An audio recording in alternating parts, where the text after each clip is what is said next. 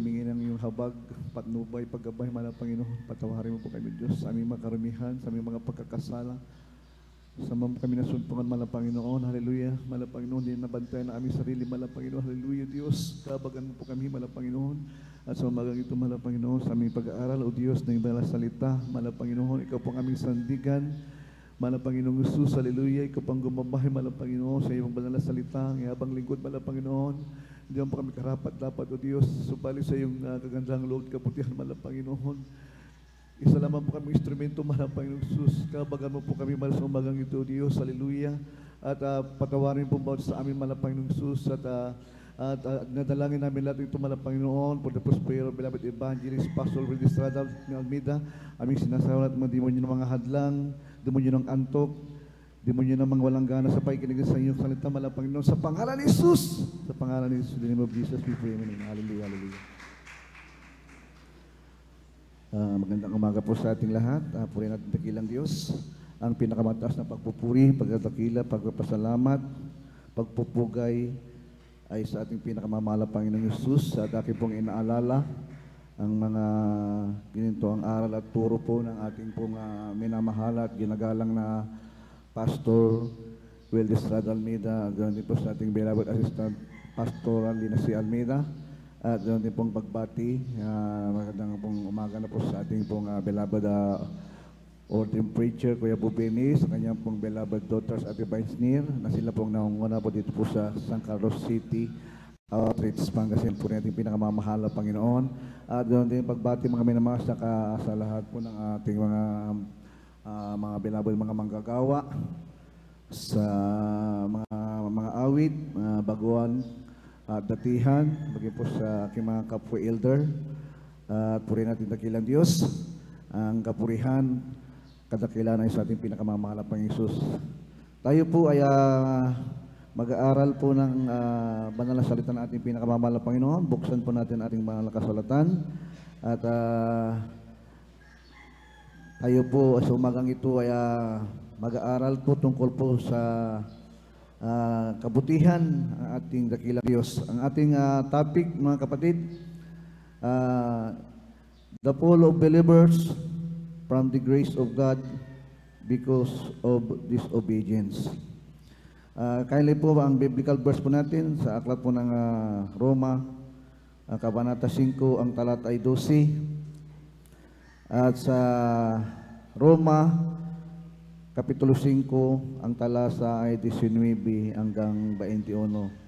Pakibasa po kindly po.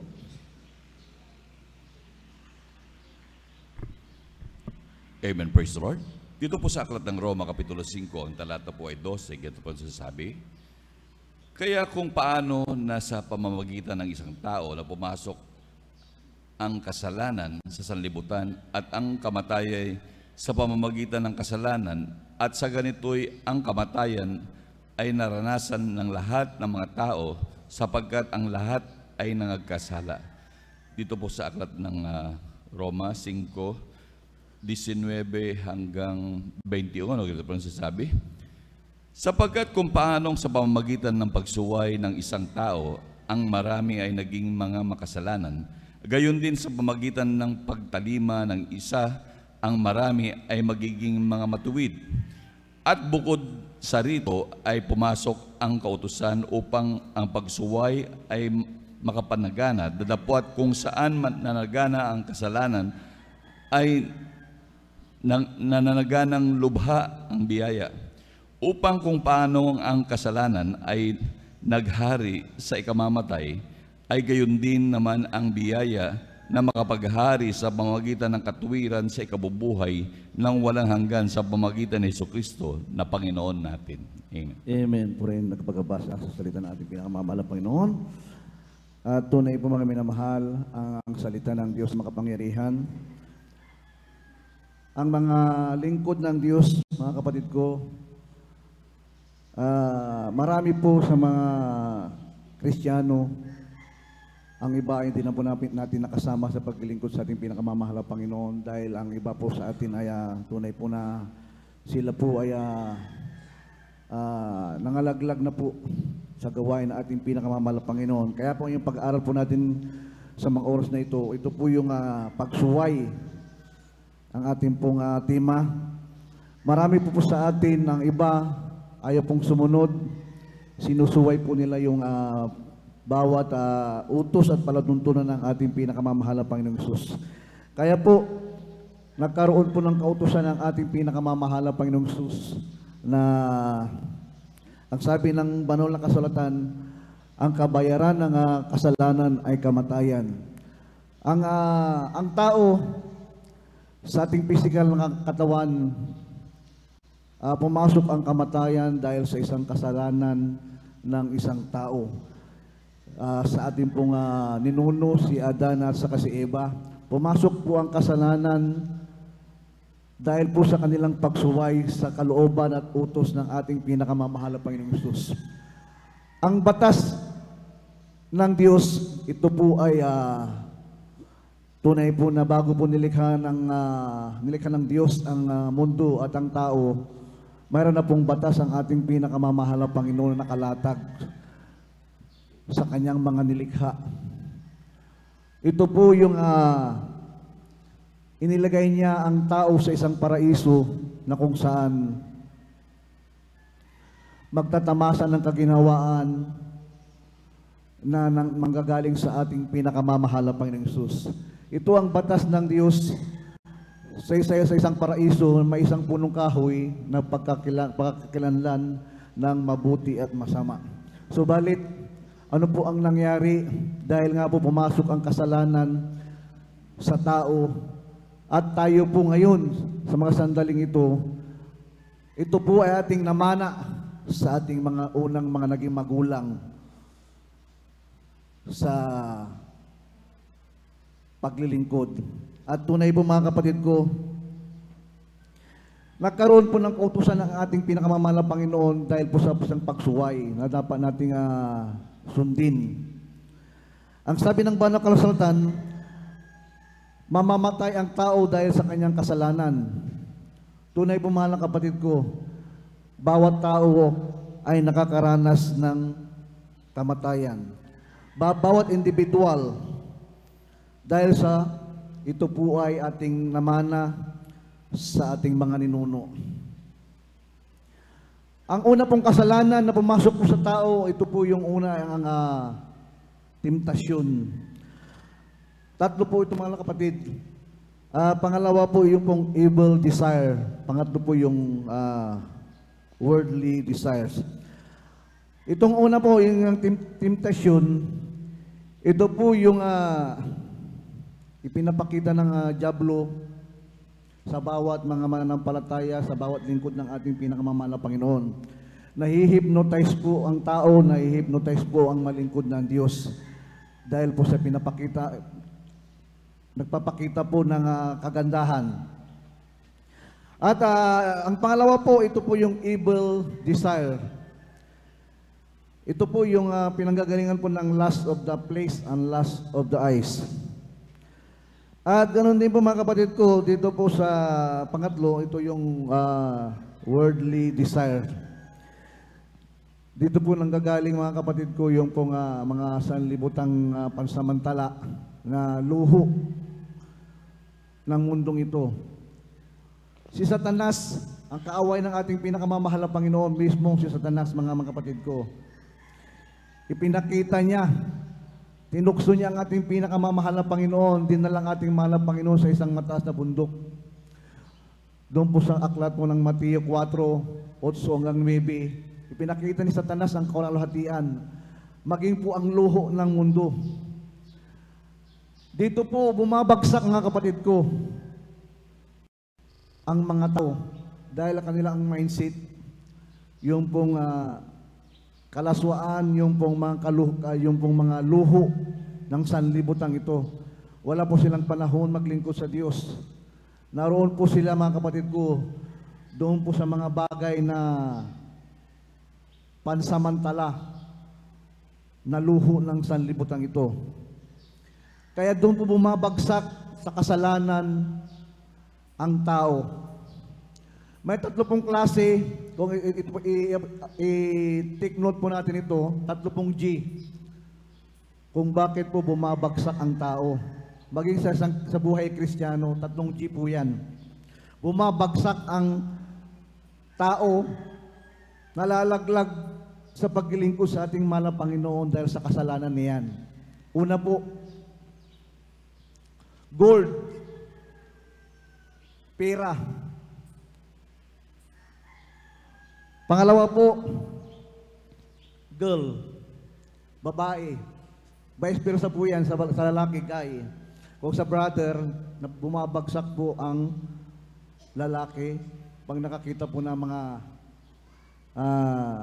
magandang babae. Ganon din po ang babae pag nakakita po ng magandang lalaki. Vice versa po yan. Pangatlo po, yung glory to me. 3G po yan.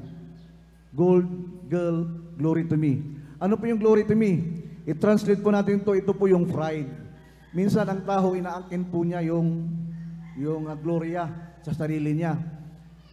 Pumapasok po yung spirit of pride. Dito po pumapasok ang kasalanan ng tao. Kaya bumagsak po si Adan at Eva dahil sa panunokso ng diablo. Dahil nga po doon sa tentasyon. Nadaya po sila ni Satanas. Tunay po mga kapatid ko, kung ating pag-aaralan ang sinasabi ng Biblia, yung salita ng Diyos,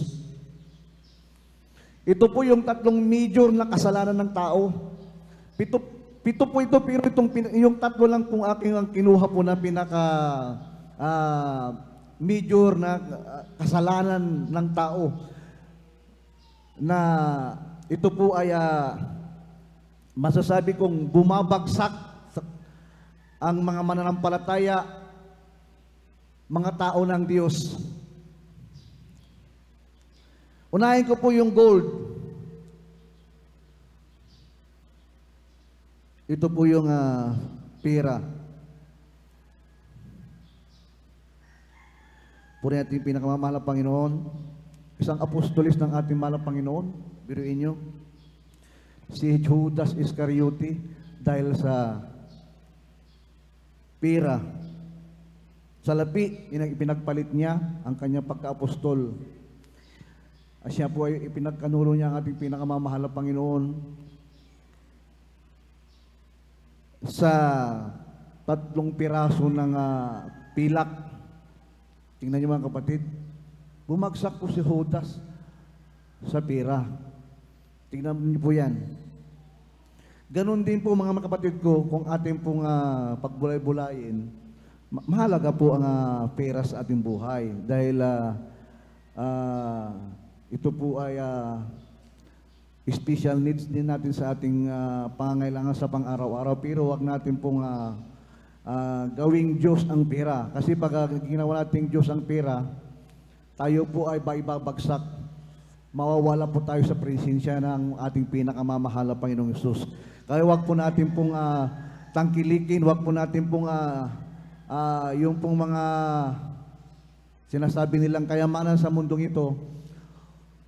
Hindi po masamang yumaman, hindi po masama pong magkaroon po ng salapi. Subalit, ibabalance po natin yung paghawak po niyan dahil diyan po yung root of all evil. Purihin natin pinakamamahal na Panginoon. At ang pangalawa po, bumabagsak po ang mananampalataya dahil po sa evil desire. Girl, babae, sa mga kalalakihan, sa mga brothers, ito po ay napakatotoo. Marami na pong experience ang church po diyan sa mga nagpapa-counsel sa ating mga beloved parents in the Lord. Yan po yung mga kaso. Bakit po nawawala sa paglilingkod sa Diyos? Minsan nalilink sa mga nakikita nila, may mga itsura. Ganon din po sa mga sister. Vice versa po yan. Purihin natin yung pinakamamahal na Panginoon. Ang mga tao ng Diyos, mga kapatid, sila din po ay bumagsak sa panunokso ng diablo. Isa po rito si Haring David, mahal na kapatid. Siya rin po ay nabighani doon po sa evil desire, yung pong makamundong pagnanasa. Sabi po nila, puri natin pinakamamalang Panginoon, si David po bilang tao, bagamat 7 times a day nagpupuri si David, pero natukso pa rin siya, mahal na kapatid, doon kay Batsaiba. Yung pong evil desire, habang nandun po si David, mga kapatid ko, sa kanya pong kinalalagyan, nakita po niya si Batsaiba na yung po yung nagbigay po sa kanya ng pagkakataon na yung pumasok po yung evil desire sa kanyang puso. Alam niyo po ang nangyari. Dahil nga po sa kanya pong masamang hangarin, maging po ang asawa ni Batsaiba, ito po ay pinadala niya, mga kapatid ko, sa isang digmaan. Para yung asawa po ni Batsaiba na si Uriah, ito po ay ginawa niya frontline doon po sa digmaan upang siya po ay mamatay. So po ang kaso po ni Haring David ay adultery or fornication and murder. Ito po yung kaso niya. Alam niyo po ang ganti sa kanya ng Panginoon. Tunay po, mga kapatid, nagalit ang Diyos kay Haring David. Bagamat siya po ay nakakapagpupurang 7 times a day, subalit ang galit ng Diyos ay dumating sa kanya. At tunay po na yung pong pinagdadalang tao ni Batsaiba, puri natin pinakamamahal na Panginoon, ito po ay namatay. Yan po yung kabayaran ng kasalanan na nagbunga. Purihin po natin pinakamamahal na Panginoong Hesus. Yung ibang mga karakter ng Biblia, dito rin po, mga kapatid ko, sa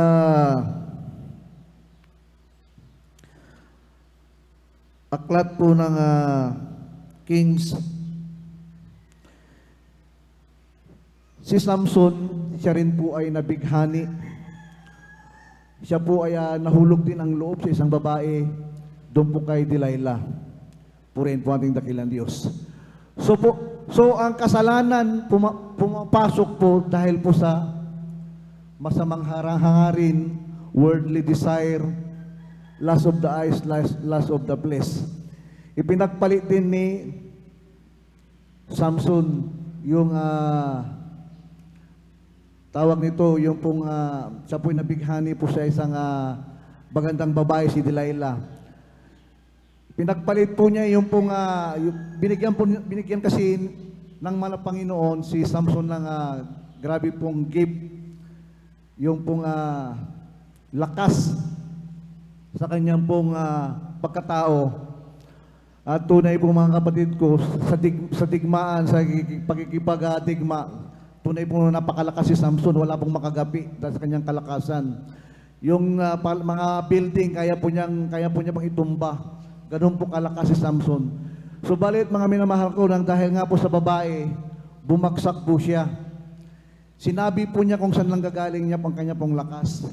Ganyan po ang kasalanan na pumapasok sa tao pag hindi natin nabantayan.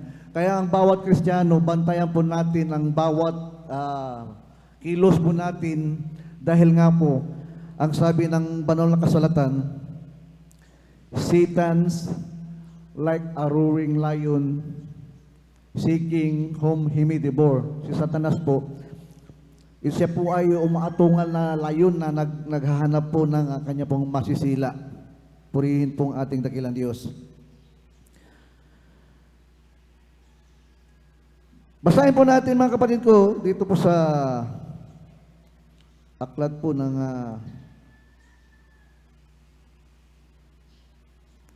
Jeremiah, Kabanata 17, ang talata 9. Kaili po.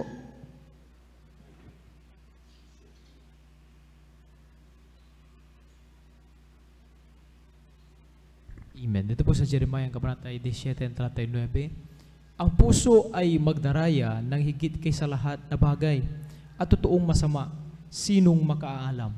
Amen. Purihin po ating pinakamamahal na Panginoon. Ang puso ay mandaraya. Tunay po, tayo po'y nadadaya dahil sa ating puso. Biblical po yan. Purihin ating pinakamamahal na Panginoon. Nadaya po si David, Haring David at si Samson dahil po sa kanilang puso. Purihin ating pinakamamahal na Panginoong Sus.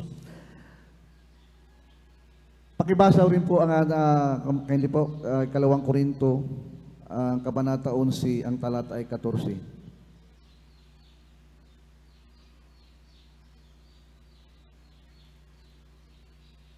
Amen. Praise the Lord. Dito po sa aklat ng 2 Korinto, Kapitulo 11, ang talata po ay 14. Ganito po nasasabi. At hindi katakataka sapagkat si Satanas man ay nakakapagpakunwaring anghel ng kaliwanagan. Amen. Amen po natin pinakamamahal na Panginoon. Mismong si Satanas, mga kapatid ko, nagdi-disguise po siya na anghel ng kaliwanagan. Tandaan po natin, mga kapatid, marami pong silo ng dyablo na tayo po minsan hindi natin nababantayan ang ating mga sarili. Mismo si Satanas, mga kapatid ko, ay nagkukunwaring anghel ng kaliwanagan. Akala po natin, dahil sa nakita po natin na kagandahan, ito po ay galing sa ating pinakamahal na Panginoon. Hindi po. Yung po ay nabighani po ang tao sa kagandahan sa nakikita niya dahil ito po ay silo po nang galing po kay Satanas. Dahil nga po mismong si Satanas nagkukunwaring anghel ng kaliwanagan. Purihin po ang ating pinakamamahal na Panginoon. Kaya bantayan po natin, mga kapatid ko, yung bawat kilos ng bawat sa atin na tunay po 24 hours po ang kalaban ng ating pinakamamahal na Panginoon upang ang mga anak ng Diyos ay Kanya pong dayain. Ito pong pangatlo, ang glory to me. Ito pong pride. Ito po ang pinaka-worst. Yung pong pride ng tao. Maraming bumabagsak dahil po sa pride. Magaling kumanta, magaling tumugtog, magaling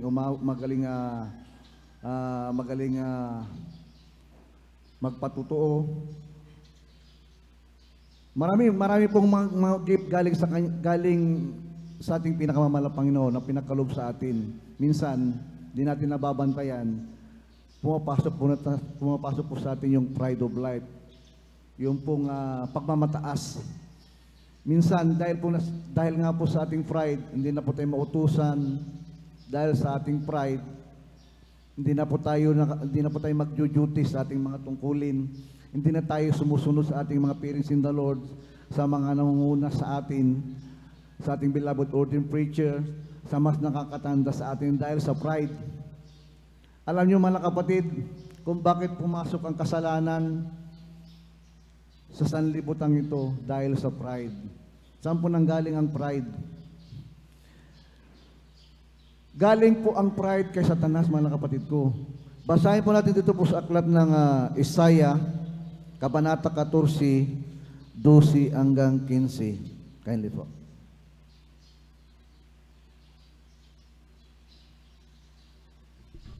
Amen. Dito po sa Isaiah, Kabanata 14, talata 12 hanggang 15. Aro't nahulog ka mula sa langit o talas sa umaga, anak ng umaga, paanong ikaw ay lumagpak sa lupa, ikaw na siyang nagpahina sa mga bansa. At sinabi mo sa iyong sarili, ako'y sasampa sa langit, aking itataas ang aking luklukan sa itaas ng mga bituin ng Diyos, at ako'y uupo sa bundok ng kapisanan, sa mga kaduluduluhang bahagi ng hilagaan. Ako'y sasampa sa itaas ng mga kaitaasan ng mga alapaap. Ako'y magiging gaya ng kataas-taasan sa 15. Gayon may mabababa ka sa Sheol, sa mga kaduluduluhang bahagi ng hukay. Amen. Purihin po ating pinakamamahal na Panginoon. Si Satanas mismo, mga kapatid ko, siya po ay napakagandang anghel ng ating mahal na Panginoon. Mataas po ang ranggo niya doon po sa kalangitan.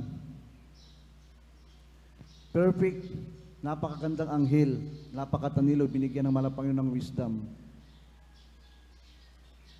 Lahat po ng mga anghel ay sumusunod sa Kanya dahil siya po ay binigyan, pinagkalooban ng ating pinakamamahal na Panginoon ng special treatment.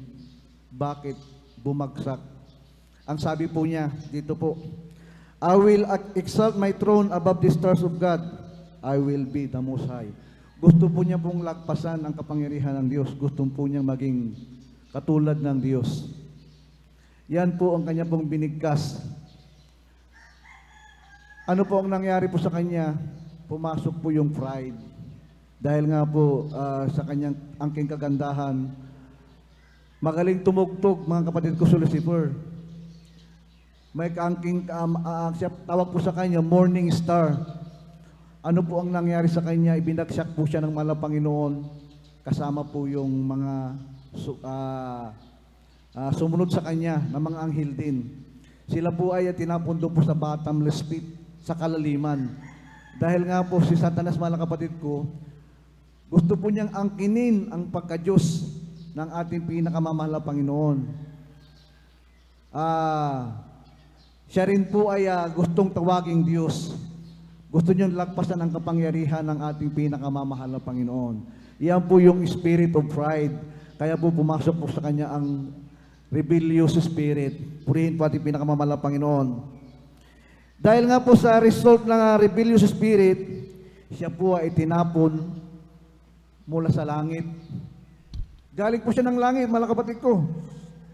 Mula sa langit, itinapon po siya sa bottomless pit.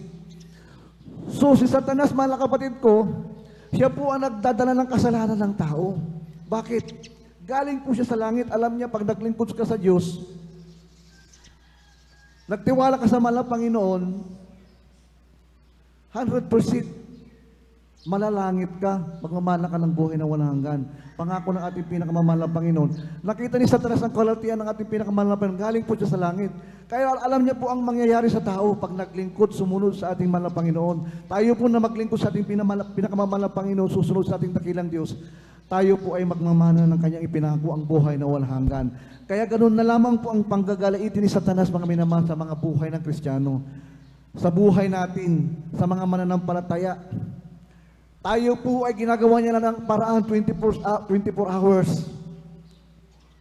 Siya po ay nagsusumbong sa ating pinakamamahal na Panginoon kung ano po nagawa nating kasalanan. Minamatyagan po tayo sa araw-araw, mga kapatid ko, sa bawat kahinaan po natin. Sa ating mga ginagawa natin hindi kanais-nais sa harapan ng Diyos. Siya po ay nagsusumbong. Sinusumbong tayo sa ating pinakamamahal na Panginoon o ang anak mo. Anak mo ba yan? Bakit hindi sumusunod sa kabanalan? O ang anak mo, hindi naman nagpupuri, hindi na naman nagsasamba, hindi naman nagbibigay. Ganoon po sa Satanas, mga kapatid ko. Nagsusumbong sa ating pinakamamahal na Panginoon. Bakit? Para po tayo ilaglag ni Satanas, mga kapatid ko. Bakit? Alam niya po, galing na po siya sa piling ng ating pinakamamahal na Panginoon. Bumagsak po siya dahil sa kanya pong spirit of pride. Purin, palakpakan po natin pinakamamahal na Panginoon Jesus. He was banished in heaven because of his pride. Purin natin dakilang Diyos. Kaya po, mga kapatid ko, bumabagsak po ang mga Kristiyano dahil sa tatlo po na yan. Tandaan po natin, isulat po natin yan. Isiksik po natin po sa ating mindset.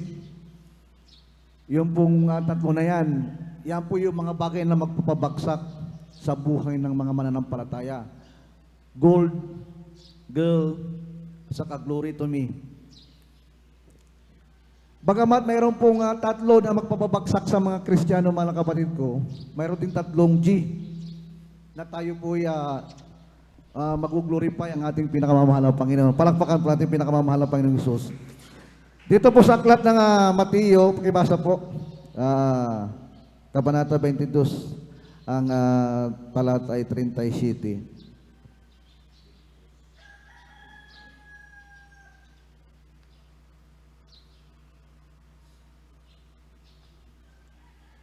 Amen. Praise the Lord. Dito po sa aklat ng Mateo, Kapitulo 22, ang talata po ay 37. Ganito po ang sinasabi. At sinabi sa kanya, iibigin mo ang Panginoon mong Diyos ng buong puso mo at buong kaluluwa mo at ang buong pag-iisip mo. Amen. Purihin ng Panginoon. Tatlong G rin po. Glorify and love the Lord with all our heart, with all your soul, with all your mind. Pangalawa po, give. Magbigay po tayo. Magkaloob po tayo sa gawain natin pinakamalapang ibigay natin ating kasampung bahagi at handog. Pangatlo po, go to church. Tatlong bisis, tatlong G rin po yan mga kapatid ko. Huwag nating pabayaan ito. Yung tatlong G na palatuntunan at batas ng ating pinakamamahalang Panginoon. Dito po sa aklat ng Mateo 22:3, ang sabi po rito, mahalin daw natin ang ating pinakamamahalang Panginoon ng buong puso, ng ating buong kaluluwa, maging po ng ating buong isip. Glorify and love the Lord with all our heart, with all your soul, and with all your mind. At pangalawa po, ay yung pong ating ibigay, give. Magbigay tayo sa nararapat at nauukol sa gawain at pinakamamahalang Panginoon pong ating pong obligasyon sa Diyos, ang ating ikapot handog. At pangatlo po, ito po yung go to church. Tayo po ay manatiling palagi na pagbantay. Ito po mga kapatid ko ang buhay natin. Wala na po tayong ibang buhay sa mundong ito kundi maglingkod sa Diyos. Ito po ang napakasayang bagay sa buhay ng buhay Kristiyano, buhay natin, ang maglingkod sa ating pinakamamahalang Panginoon. Ito po ang buhay natin, magsimba, magpuri. Pag inalis po tayo dyan mga kapatid ko, para tayong yung pong isda sa aquarium. Mamamatay yung spiritual na buhay natin. Pag hindi po tayo nakapagsamba, hindi po tayo nakapagpuri, hindi po tayo nakadalo sa ating banal na gawain. Sa loob po ng isang linggo, yung oras po natin, mga kapatid ko, wala na pong panahon. Ang panahon po natin, igugol natin sa paglilingkod sa ating pinakamamahalang Panginoong Hesus, yung pong paglilingkod natin sa Kanya. Wala nang ibang panahon, wala nang pong pinakamasayang bagay sa buhay ng isang Kristiyano, sa buhay ng tinawag nating pinakamamahalang Panginoon, kundi pong panghawakan po natin yung pong kaligtasan natin mga kapatid ko, na tunay po mga kapatid ko, ito po yung ating magiging kalasag sa bawat tirada po at kagagawa ng jablos sa ating buhay. Purihin po ating pinakamamahalang Panginoong Hesus. At tunay po, pag nasunod po natin po ito mga kapatid ko, tunay po, yung pangako ng Diyos, buhay na walang hanggan, tayo po ay magmamana, doon po sa pinangako ng ating pinakamamahalang Panginoong Hesus. Pakibasa po, kindly po sa Hebrews, Kabanata 10, ang talata po ay 25. Amen.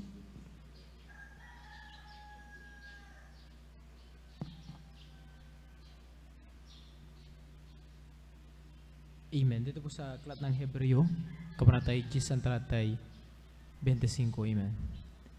Ganito pagkasabi, na huwag nating pabayaan ang ating pagkatipon na gaya ng ugali ng iba, kundi mag-aralan sa isa't isa at lalo na kung inyong namamalas na nalalapit na ang araw. Amen. Amen. Purihin po natin pinakamalang. Minsan pa natin palakpakan ating pinakamalang Panginoon. Purihin ng Diyos, mga kapatid. Ang sabi po dito sa aklat ng Hebreos, Kabanata 10, talata 25, na huwag nating pabayaan ang ating pagkakatipon. Ang pagkakatipon ng mga banal, bakit?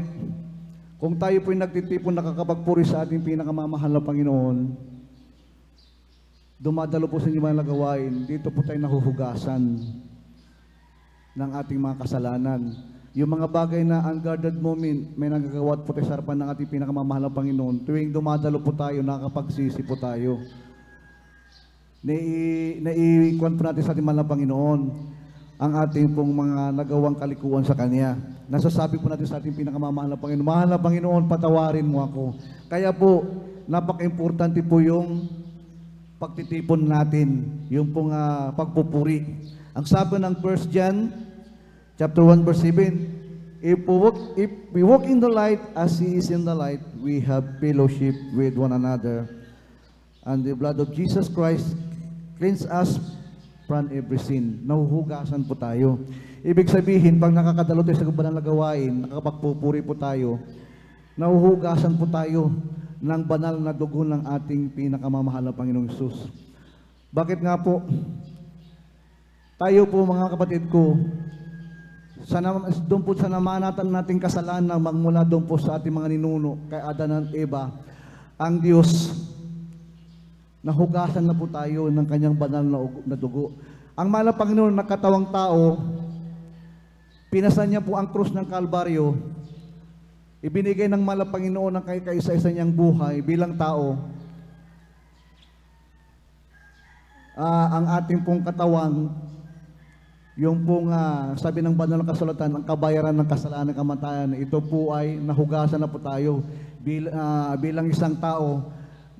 Dahil nga po, sabi ng ating pinakamamahal na Panginoon, we must be born again. Tayo po'y muling ipinanganak.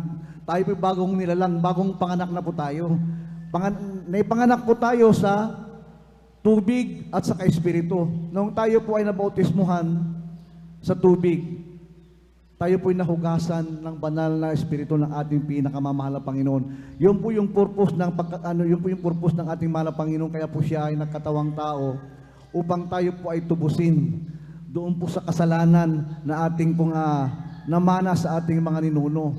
Kaya po tayo po ay nabubuhay ngayon dahil po sa grasya ng ating pinakamamahal na Panginoong Son. Last verse po, pakibasa po ang Episo, Kabanata 6, ang talata 18. Kindly po.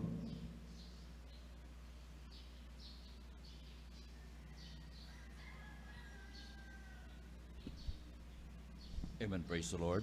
Dito po sa aklat ng Epeso, Kapitulo 6, ang talata po ay 18. Ganito po nasasabi, na magsipanalangin kayo sa Espiritu ng lahat ng panalangin at daing sa buong panahon at magpuyat sa buong katsagaan at daing na patungkol sa lahat ng mga banal. Amen. Amen. Po natin kinamamahal na Panginoon. Tunay din po mga minamahal, tayo po ay kinakailangan magpuyat. Itong ginagawa natin yung pagpupuyat, ito po ay kalooban ng ating pinakamamahal na Panginoon. Dapat po wala pong patid na panalangin, sabi ng banal na kasulatan. Ito yung panalangin ginagawa po natin. Ang sabi ng banal na kasulatan, tayo po ay magpanalanginan sa bawat isa sa atin. Nakikita po natin ating mga kapatid, siya po nalulupaypay, nalulugmok. Atin po siyang ipanalangin. Huwag po natin po siyang hayaan po na siya po ay ibuwal ng diablo. Atin po siyang ipanalangin. Tayo po magpanalanginan upang tayo po ay patuloy na biyayaan ng ating pinakamamahal na Panginoong Hesus. Purihin natin kilang Diyos. At pakibasa ang last verse Galatia 6:8. Kindly po. Galatia, Kabanata 6, ang talata 8.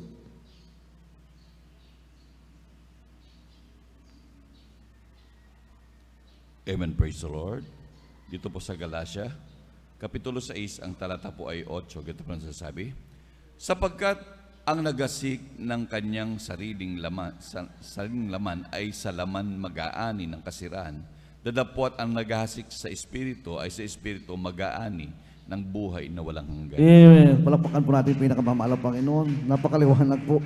Tayo po ay hindi nabubuhay po sa ating pong sariling laman. Tayo po ngayon nasa Espiritu na po, nabubuhay po tayo sa Espiritu. Kaya po mga kapatid ko, patuloy po tayong magpuri sa ating pinakamamahal Panginoon, ating po siyang lolatin at pasalamatan, sapagkat naghihintay po sa atin ng buhay na walang hanggan. Tayo po mga may umawit, purihin po natin dakilang Diyos, ating po nga tinatawag ang Wilad Alvin.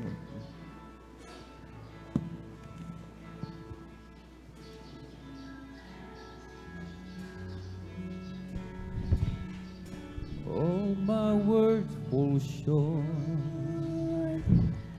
I got nothing new. How could I express all my gratitude? I could sing these songs as I often do. Every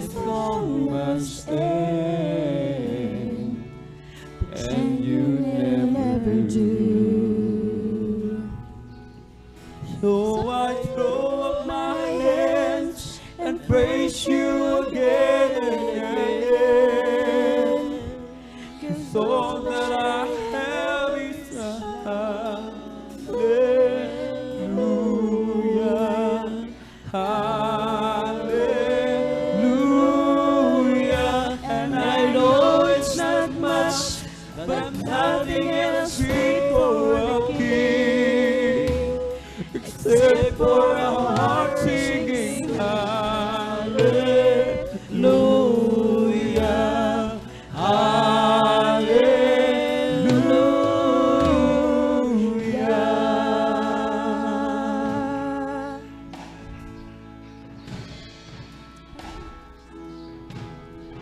I've got one response. I've got just one move. With my arms stretched wide, I will worship you. So I throw up my hands and praise you again and again. 'Cause all that I have is a hallelujah, hallelujah. And I know it's not much, but I've nothing else fit for a king, except for a heart singing hallelujah, hallelujah. So I throw up my hands and praise you again and again. 'Cause all that I have is a hallelujah, hallelujah. But I know it's not much, but I'm nothing else fit for a king, except for a heart singing hallelujah, hallelujah.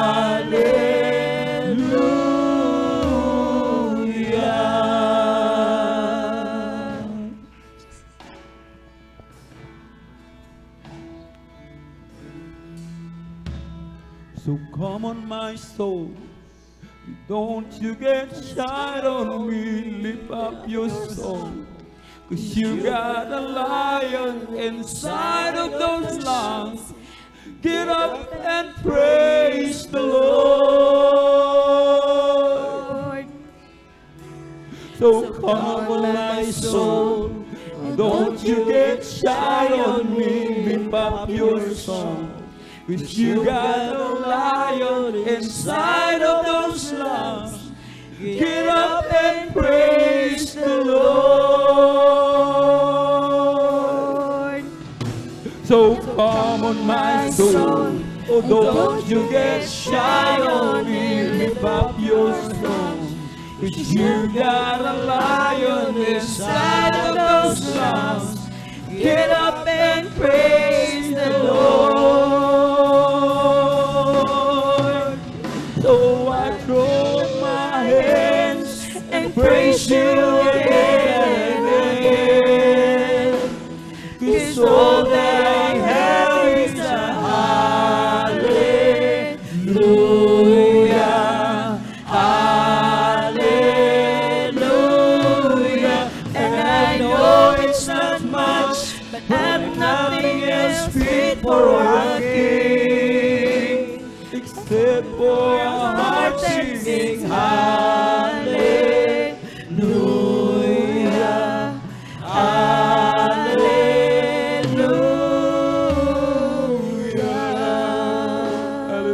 hallelujah. Anong aming magaganti, malapay noon? Anong aming may gaganti? Anong aming may babayad sa kabutihan mo sa bawat isa sa amin, malapay noon? Wala kaming pag-aari. Maging ang aming buhay, hindi po namin pag-aari, malapay noon. sa lahat na ginawa mo sa amin, Malapinoon. Wala kaming maibabayad, Malapinoon. Ang aming magagawa, ang patuloy na purihin ka, Malapinoon. Pasalamatan ka sa pamamagitan ng mga papuring awitin, O Malapinoon. Maraming salamat, Malapinoon, sa lahat ng mga biyaya at pagpapalay ipinagkaloob mo sa bawat sasabi. Iyong pinagaling aming mga karamdaman. Tinuntas ang aming mga problema. Hinango kami sa kahirapan. Binigyan kami ng kapayapaan, ng katiyakan sa buhay na walang hanggan. Malapino. Thank you so much, dear Jesus. Hallelujah.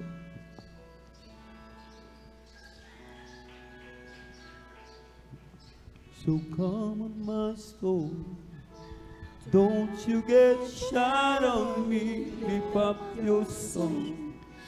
You got a lion inside of those lungs.